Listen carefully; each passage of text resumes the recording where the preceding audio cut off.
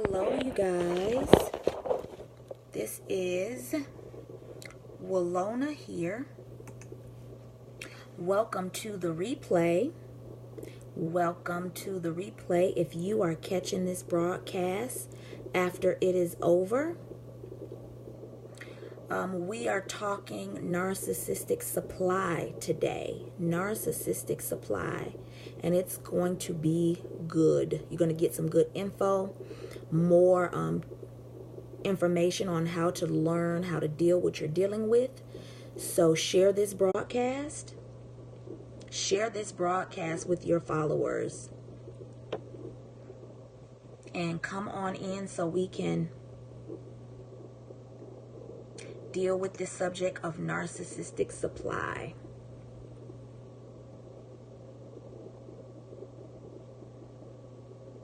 I'm excited to give you guys more information and more insight on what you think that you have been going through. I know there's a lot of different tools on the internet, and I found out a lot of different people because going through this thing, you just don't believe that there's anybody else that could be going through it because it's such an unbelievable situation.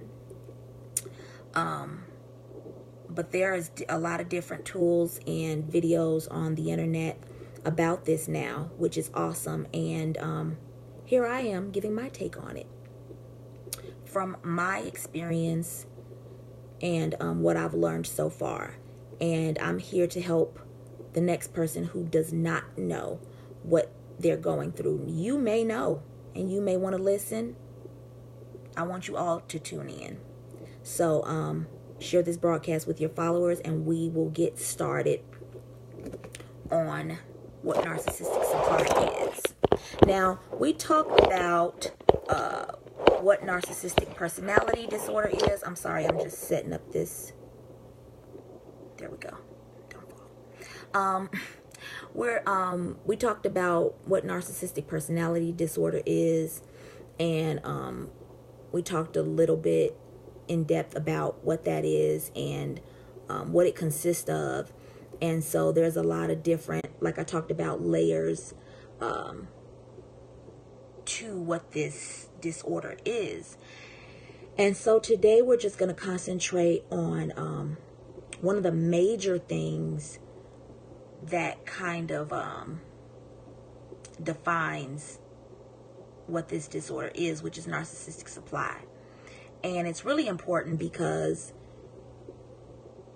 it's a big part of who they are. And so when we talk about narcissistic supply, you may think supply of what? What are we supplying to the narcissist? Well, the answer to that is simply put, attention. You are supplying attention and energy to the narcissist because it is what they need. It is what they feed off of, and they will completely die without it.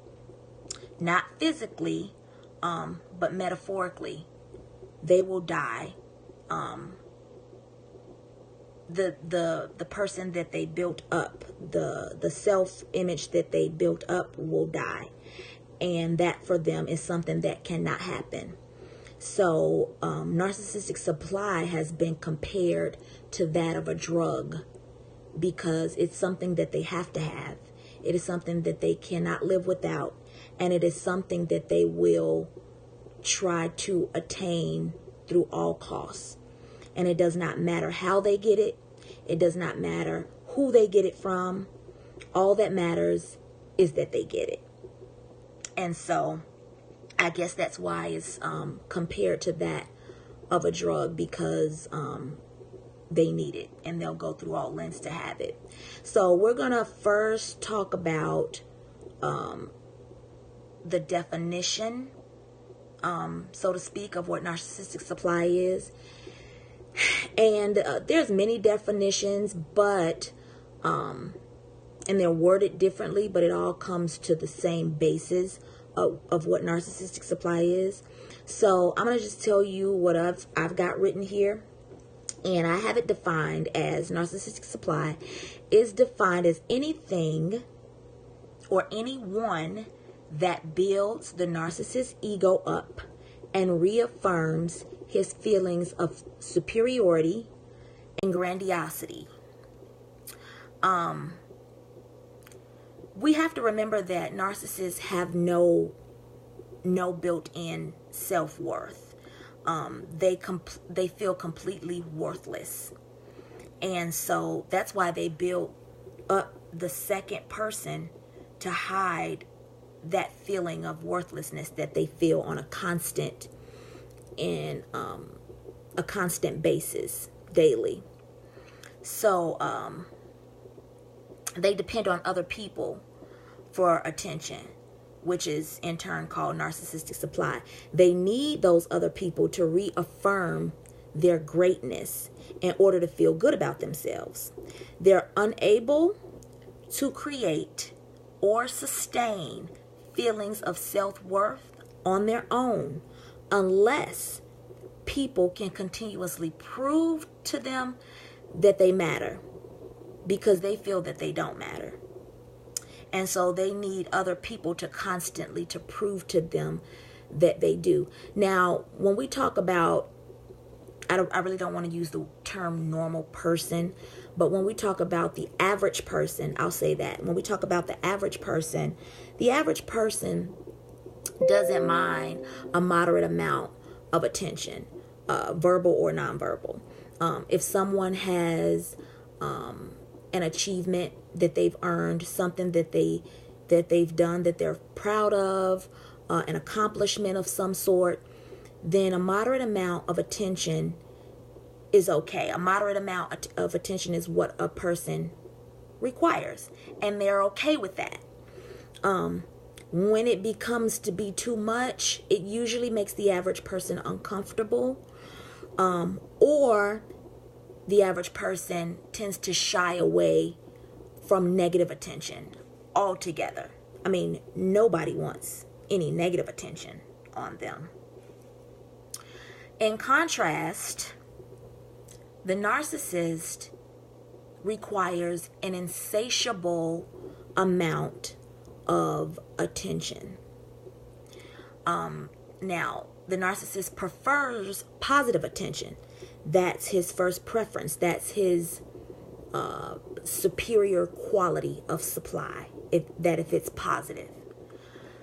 But if the narcissist cannot get positive attention, they will definitely take the negative. They will take the negative without blinking an eye. They need it. It is that likened of a drug.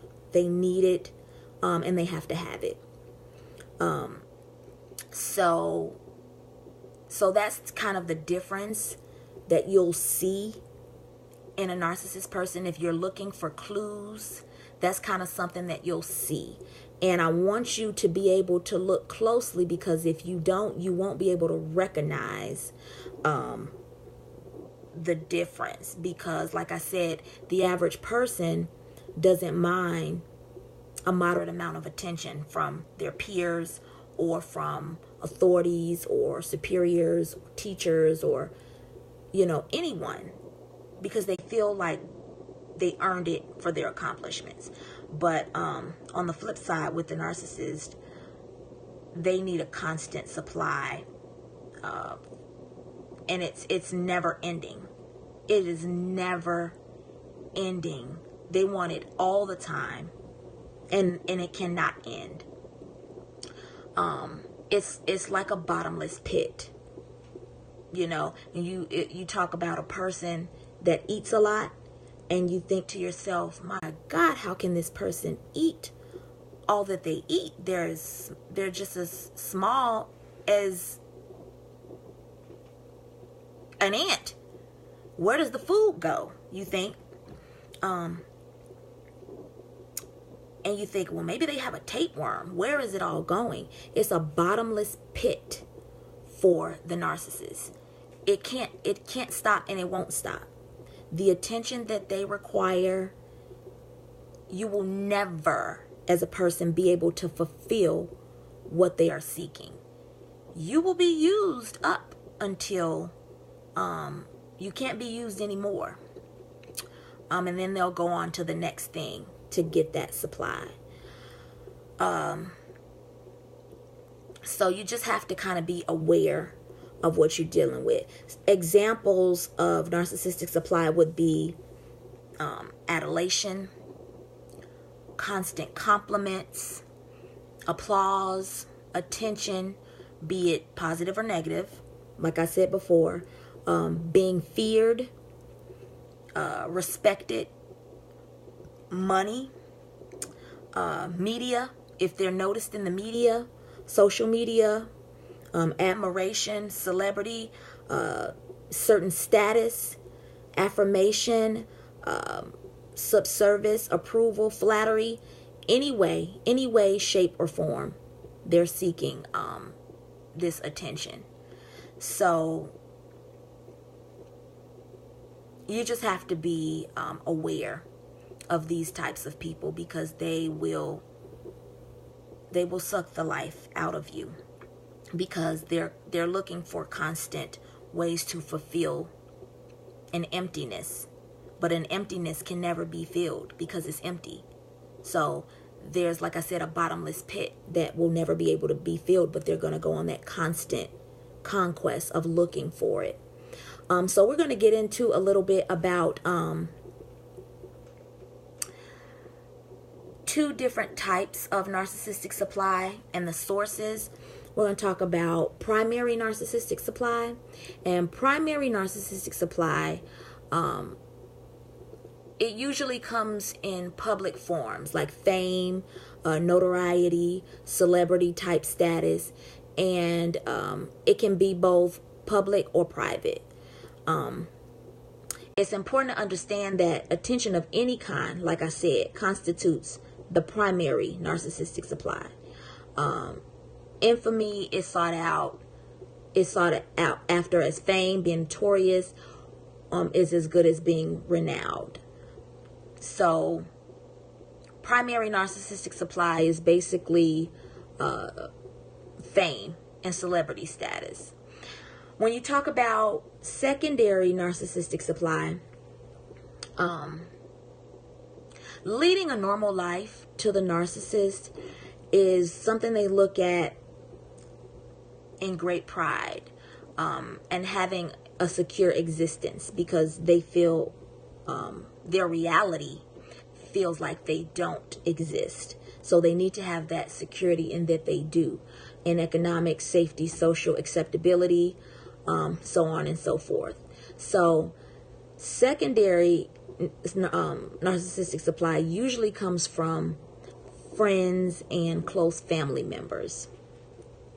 So the people that are usually around you all the time. It can be a spouse, children, co-workers, students, anybody that's around that person on a regular basis. This particular form of supply allows the narcissist to lead a more normal existence, and it provides them with pride, financial safety, social distinction, and things of that sort. But narcissistic supply is not only limited to people.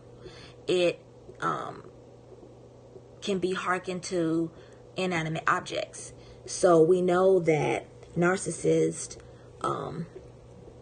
look to status. So anything that makes them look close to the feelings of superiority and grandiosity that they have about themselves will do. That'll do for them.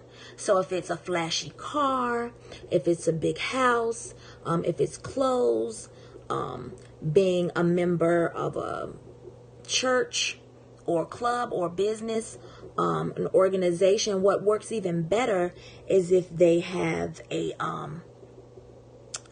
ranking in that organization or that business. So that even heightens their sense of self-worth even more, because they've been given a role, a duty, and they know that they're on a platform, and attention from a platform is a good source of supply for the narcissist. If the narcissist is deprived of supply, and like I said, compare it to that of an addict.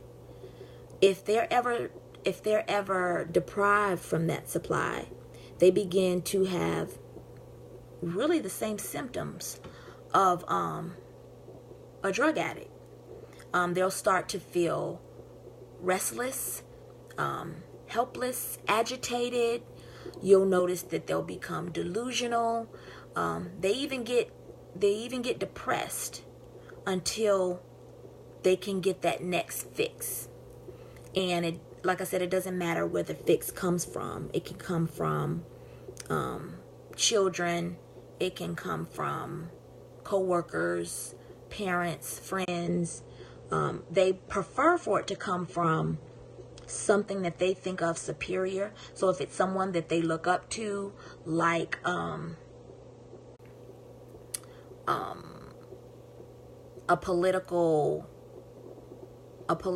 politician or someone that they look up to, or even a singer or something of that sort. If it comes from someone like that, or a boss, that's the best explanation I can give to you on a realistic basis. If it comes from a person that has a higher status than them, so if it comes from their boss or something, that's even better. That's like good quality supply. That's like the supply that comes from the best dealer that you can find. That's quality supply. If they cannot get quality supply, then they will resort to not so good, what they consider not so good. And it kind of from them, they feel belittled when they can't get it from quality, but they'll still take it from not so good quality supply. Someone that they don't look up to, someone that they feel that they are better than, they will still take the supply from them. And like I said, it's an insatiable appetite. It's like a bottomless pit of attention and affirmation that they need, and they'll do whatever it takes to get it. This makes them feel fearless and relentless against the rest of the world, because they're threatened. Their reality, that fragmented part of them that they are suppressing, is threatened when they don't get the supply, because that person is being more and more exposed, not so much to outward people, but to themselves. And they want to avoid dealing with that reality. And so they need the supply. So they will get it from whomever they can get it from. So that is basically what narcissistic supply is in a nutshell. If you guys have any questions for me, please feel free to ask. Any questions?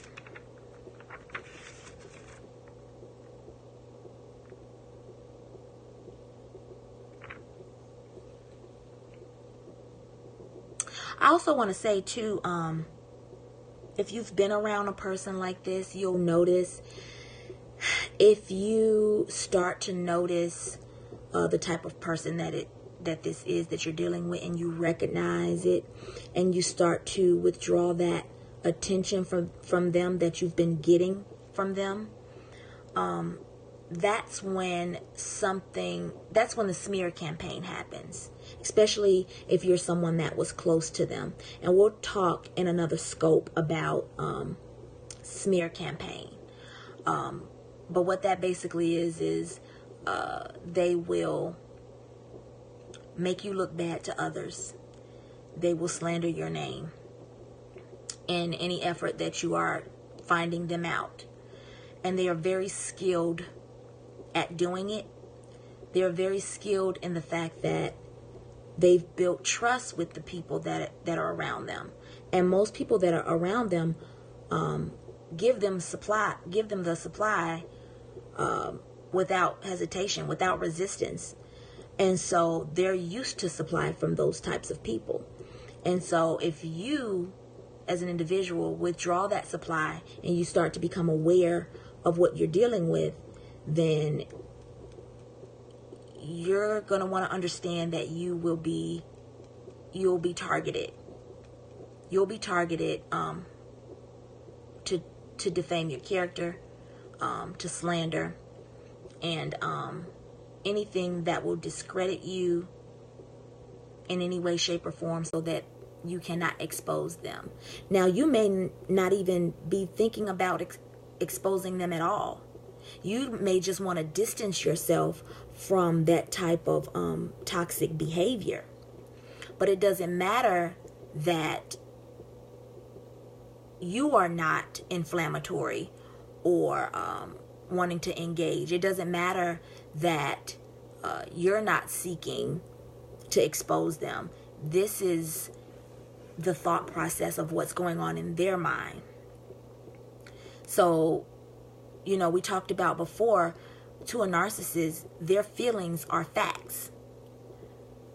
And so you have to realize that because to them, their feelings are facts. So whatever they feel to be true in their mind is factual. So just because you know that you're not out to get them, they think and feel that you're out to get them. So they have to in turn hurry up and get you. And so that's how their mind thinks. So you have to be aware that if you decide to withdraw the supply that you've been giving them on a constant basis, or they feel that you're withdrawing from them, you better believe an attack will be coming to you shortly.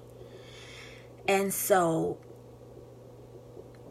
the best way to deal with that sort of situation is to not respond. And you'll hear me say over and over again, and you'll hear other people say over and over again, the best way to deal with the situation is to not react and not respond. Because when you find yourself in a situation where you're constantly trying to defend yourself, other people looking in won't know who to believe. And so there's a scripture in the Bible, and I know it's in Proverbs, and I don't know where exactly, and I don't know what it says exactly, but I'll have to look it up and tell you guys on the next scope.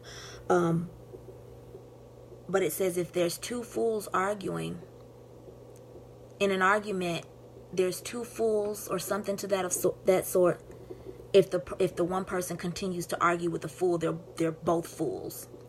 So you need to disengage. The best thing for you to do is to disengage, because you have to have a full and complete understanding, not so much to want to defend your character, but what's going to happen with the narcissist is they usually self-destruct anyway. They usually expose themselves anyway because they can't help it. The people that they're around, they can't hold up that act for too much longer, because usually what happens is that they're so charming and that they're so giving. They're such great actors, and they're so skilled at getting people to believe that they're this built up person that they created. When a person is around them for short periods of time, they'll never see it. But once they get in their circle, it's inevitable that the person will start to expose themselves, because the narcissist is hurt, and they feel they don't have any self-worth. And so no matter what you do, and no matter how much supply you give them, they're eventually going to project that hurt onto you. And so when that happens, Not if that happens, but when that happens, something in you is going to trigger and say, why did that person say this? Or why did that person react like this? The narcissist is going to recognize that you noticed it, and then they're going to draw you back in with their charm so that you can totally forget what they just did to you. And this cycle is going to continue throughout the course of your relationship until you start to connect the dots and see that there's something wrong. It takes some people longer than others. Some people immediately can detect that kind of behavior, and they don't get sucked into it at all. Some people, it takes them a while to detect the behavior, and others it takes them a really, really long time to understand what they're dealing with. Unfortunately, for narcissists with children that have children that they have manipulated since the child has been born, it's very hard for the children a lot of times to recognize that they have grown up with a narcissist parent. And people that have dealt with narcissists, someone like me, will be very quick to recognize the behavior in another narcissist, and I immediately disengage. So the person won't even have time to take me in as a source of supply or someone that they can consider. I let them completely disregard me, and that's totally fine. And when you get to a point, you will have to let that happen as well, because like I said, you can't argue with them because there's no reasoning. They have no thought process on how to reason or how to make sense of things. So it's an unending battle that you can't win. You won't win in that battle because that's their world. It's a world in their mind that they are controlling, and you are a foreigner in that land. You will not win. You have to completely disengage. Completely. And if you don't decide to disengage, and if you think that you can beat it, if you think that you can outsmart it, you will only involve yourself in that cycle of toxicity. I'm sorry to tell you, you will involve yourself in the cycle of toxicity because that's just the way it works. That's just the way it works. So, that's pretty much it. Thank you guys for tuning in. I appreciate you listening to this broadcast, and please join me for future broadcasts. Follow, like, and share, and share with your followers on anyone who you think that this broadcast will benefit in regards to emotional abuse. Because if you've ever dealt with a narcissist, you will understand that you have encountered abuse. And whether it's a short period of time or a long period of time, you need to disengage from the situation. And then you need to start getting help and then getting healed, so that you can first understand what you've been dealing with and then get healed in regards to learning how to deal with it from that point on. And also not how to learn how to recognize those type of people, behaviors in those type of people, so that you don't get engaged with those type of people again. So again, Walona here. So glad you can join the broadcast, and join me for my next broadcast on narcissistic personality disorder, getting help and getting healed. Talk to you later.